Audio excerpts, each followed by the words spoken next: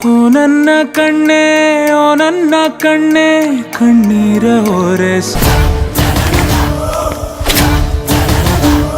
ನಿನಗಾಗಿ ನಾನು ಮಾಡಿಲ್ಲ ಏನು ತಪ್ಪಾಯ್ತು. ಆರಾರಿರಾರೋ ರಾರೋ ರಾರೋ ಆರಾರಿರಾ. ಹರಳದ ಮಲ್ಲಿಗೆ ಅಳುತ್ತಿದೆ ಮೆಲ್ಲಗೆ. ಇಡೀ ದಿನ ಆಟ ಪಾಠಗಳಲ್ಲಿ ಕಳೆದು ಹೋಗಿದ್ದ ಮುದ್ದು ಪುಟಾಣಿಗಳು ಸಂಜೆಯಾಗ್ತಾ ಇದ್ದಂತೆ ತಮ್ಮ ಮನೆಗೆ ಹೋಗೋ ಕಾತುರದಲ್ಲಿದ್ರು. ಅಪ್ಪ ಅಮ್ಮನ ಮಡಿಲು ಸೇರುವ ತರಾತುರಿಯಲ್ಲಿ ಕಲ್ಲಡ್ಕ ಶ್ರೀರಾಮ ವಿದ್ಯಾ ಕೇಂದ್ರದ 24 ಆಸನಗಳ ಮಿನಿ ಬಸ್ ಅನ್ನ ಹತ್ತಿ ಕೂತಿದ್ರು. ಹೊರಗಡೆ ಒಂದೇ ಸಮನೆ ವರುಣ ಆರ್ಭಟಿಸ್ತಾ ಇದ್ದ. ಗಾಳಿಯ ವೇಗವೂ ಅದೇ ರೀತಿ ಇತ್ತು. ಬಸ್ಸು ಎಂದಿನಂತೆ ಹೆದ್ದಾರಿ ಮಾರ್ಗವಾಗಿ ಮಾಣಿ, ಭರಣಿಕೆರೆ, ಕಲ್ಲಿಟ್ಟಿ ಮೂಲಕ ಪೆರ್ನೆ ಕಡೆಗೆ ಸಾಗ್ತಾ ಇತ್ತು. ಬಸ್ಸಿನಲ್ಲಿದ್ದ ಪುಟಾಣಿಗಳು ತಮ್ಮದೇ ಆದ ಪುಟ್ಟ ಪ್ರಪಂಚದಲ್ಲಿ ಕಳೆದು ಹೋಗಿದ್ರು. ಆದ್ರೆ ಆ ಮುಕ್ತ ಕಂದಮ್ಮಗಳಿಗೆ ಗೊತ್ತಿರಲಿಲ್ಲ, ವಿಧಿ ಅವರಿಗಾಗಿ ಮಾರ್ಗ ಮಧ್ಯದಲ್ಲೇ ಹೊಂಚು ಹಾಕಿ ಕಾಯ್ತಾ ಇದ್ದಾನೆ ಅಂತ.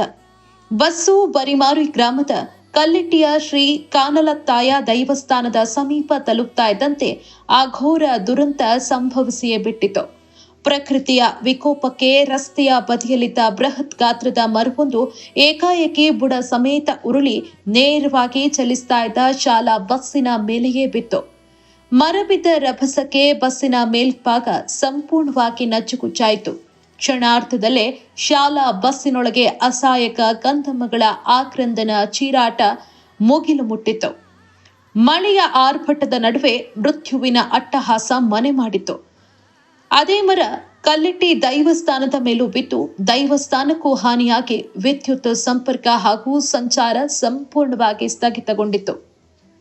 ದುರಂತ ಸಂಭವಿಸ್ತಾ ಇದ್ದಂತೆ ಸ್ಥಳೀಯರು ಒಂದು ಚೂರು ವಿಳಂಬ ಮಾಡದೆ ಓಡೋಡಿ ಬಂದ್ರು. ತಮ್ಮ ಜೀವದ ಹಂಗು ತೊರೆದು ನಜ್ಜುಗುಜ್ಜಾಗಿದ್ದ ಬಸ್ಸಿನಲ್ಲಿ ರಕ್ತ ಸಿಕ್ತಗೊಂಡಿದ್ದ ಕಂದಮ್ಮಗಳನ್ನ ಸುರಕ್ಷಿತವಾಗಿ ಹೊರತೆಗೆದ್ರು. ಆದ್ರೆ ಆ ವಿಧಿ ಎಷ್ಟೆಲ್ಲ ಆದ್ರೂ ಕೂಡ ಕರುಣೆ ತೋರಿಸಲೇ ಇಲ್ಲ. ತೀವ್ರವಾಗಿ ಗಾಯಗೊಂಡು ಆಸ್ಪತ್ರೆಗೆ ದಾಖಲಿಸಲಾಗಿದ್ದ ಬೆಳೆಯೂರು ಗ್ರಾಮದ ತೋಟ ಹೌಸ್ ನಿವಾಸಿಗಳಾದ ಚಂದ್ರಶೇಖರ್ ಮತ್ತು ಅನಿತಾ ದಂಪತಿಯ ಪ್ರೀತಿಯ ಕಂದಮ್ಮ ಚಿರನ್ವಿ ಚಿಕಿತ್ಸೆ ಫಲಿಸದೆ ಕೊನೆಯುಸಿರೆಳೆದ್ಲು. ಆ ಮುಕ್ತ ಮಗುವಿನ ಕಣ್ಣುಗಳು ಶಾಶ್ವತವಾಗಿ ಮುಚ್ಚಿಹೋದವು. ಇತ್ತ ಗಂಭೀರವಾಗಿ ಗಾಯಗೊಂಡಿರುವ ಪೆರಾಜೆ ಸಾದಿಕುಕ್ಕು ನಿವಾಸಿ ಗಣೇಶ್ ಗೌಡ ಅವರ ಪುತ್ರಿ ಅನ್ವಿ ಅವರನ್ನ ಮಂಗಳೂರಿನ ಎಜೆ ಆಸ್ಪತ್ರೆಗೆ ದಾಖಲಿಸಿ ಅಲ್ಲಿ ಚಿಕಿತ್ಸೆಯನ್ನ ನೀಡಲಾಗ್ತಾ ಇದೆ. ಮತ್ತೋರ್ವ ಗಾಯಾಳು ಪೆರ್ನೆ ನಿವಾಸಿ ಕ್ಷಿತಿ ರೈ ಕಲ್ಲಡ್ಕದ ಆಸ್ಪತ್ರೆಯಲ್ಲಿ ಚಿಕಿತ್ಸೆ ಪಡಿತಾ ಇದ್ದು, ಉಳಿದ 2 ಮಕ್ಕಳಿಗೂ ಚಿಕಿತ್ಸೆ ಮುಂದುವರೆದಿದೆ. ಆ ಗಾಯಗೊಂಡ ಕಂದಮ್ಮಗಳು ಬೇಗ ಗುಣಮುಖರಾಗಲಿ ಅನ್ನೋದು ಎಲ್ಲರ ಪ್ರಾರ್ಥನೆ. ನಾಳೆ ಬೆಳೆದು ದೊಡ್ಡವಳಾಗಿ ಮನೆಯ ಬೆಳಕಾಗಬೇಕಾಗಿದ್ದ ಮುಕ್ತ ಮಗಳು ಚಿರನ್ವಿ ಇಂದು ಶವವಾಗಿ ಮರಳಿದನ್ನ ಕಂಡು ಹೆತ್ತವರ ಆಕ್ರಂದನ ಮುಗಿಲು ಮುಟ್ಟಿದೆ. ಮಗಳ ಬರುವಿಕೆಗಾಗಿ ಕಾದು ಕೂತಿದ್ದ ಹೆತ್ತಮ್ಮನ ಒಡಲು ಬರಿದಾಗಿದೆ. ಬೆಳೆಯೂರು, ಪೆರ್ನೆ ಹಾಗೂ ಸುತ್ತಮುತ್ತಲಿನ ಗ್ರಾಮಗಳಲ್ಲಿ ಶೋಕದ ಮೌನ ಆವರಿಸಿದೆ. ಪ್ರತಿಯೊಬ್ಬರ ಕಣ್ಣಲ್ಲೂ ಹನಿ ನೀರು, ಪ್ರತಿಯೊಂದು ಮನೆಯಲ್ಲೂ ದುಃಖದ ಛಾಯೆ. ಬಹಳ ನೋವಿನ ಸಂಗತಿ ಇದು. ಇವತ್ತು ಒಂದು ದುರ್ಘಟನೆ ನಡೆದೋಗಿದೆ. ಏನು ಅಂತ ಹೇಳಿದರೆ, ಶ್ರೀರಾಮ ಸ್ಕೂಲ್ ಅಂತೇಳಿ ಒಂದು ಪ್ರೈವೇಟ್ ಸ್ಕೂಲ್, ಅದು ಕಲ್ಲಡ್ಕದಲ್ಲಿರುವಂಥ ಸ್ಕೂಲು. ಬರಿಮಾರು ಹೋಗಿ ಮಕ್ಕಳನ್ನು ಬಿಟ್ಟು ಬರಬೇಕಾದ್ರೆ ವಾಪಸ್ ಬರಬೇಕಾದ್ರೆ ಒಂದು 20 ಮಕ್ಕಳು ಇದ್ವು ಅದರಲ್ಲಿ ಬಸ್ಸಲ್ಲಿ. ಒಂದು ದೊಡ್ಡ ಮರ, ಬೆಳೆಯೂರು, ಅದು ಬರಿಮರ ಹತ್ರ ಒಂದು ದೇವಸ್ಥಾನದ ಪಕ್ಕದಲ್ಲಿರುವಂತಹ ದೊಡ್ಡ ಮರ, ಸುಮಾರು 200-300 ವರ್ಷದ ಹಳೆಯ ಮರ. ಅದು ಕರೆಕ್ಟಾಗಿ ಬಸ್ಸಿನ ಮೇಲೆ ಬಿದ್ದು ಒಂದು 4-5 ಮಕ್ಕಳಿಗೆ ಇಂಜುರಿ ಆಗಿತ್ತು. ಅದರಲ್ಲಿ ಒಂದು ಮಗು ಚಿರಣ್ವಿ ಅಂತೇಳಿ 5.5 ವರ್ಷದ ಮಗು ತುಂಬ ತಲೆಗೆ ಏಟಾಗಿ ಇವತ್ತು ನಮ್ಮನ್ನೆಲ್ಲ ಅಗಲಿ ಹೋಗಿದೆ, ತೀರೋಗಿದೆ. ಪ್ರಕೃತಿಯ ವಿಕೋಪಕ್ಕೆ ಪರಿಹಾರವಿಲ್ಲದಿರಬಹುದು, ಆದರೆ ರಸ್ತೆ ಬದಿಯಲ್ಲಿ ವರ್ಷಗಳಿಂದ ಅಪಾಯಕಾರಿಯಾಗಿ ನಿಂತಿರುವ ಮರಗಳನ್ನ ಗುರುತಿಸಿ ತೆರವುಗೊಳಿಸಿದ್ರೆ ಈ ಪುಟ್ಟ ಜೀವ ಉಳಿತಿತ್ತೇನೋ.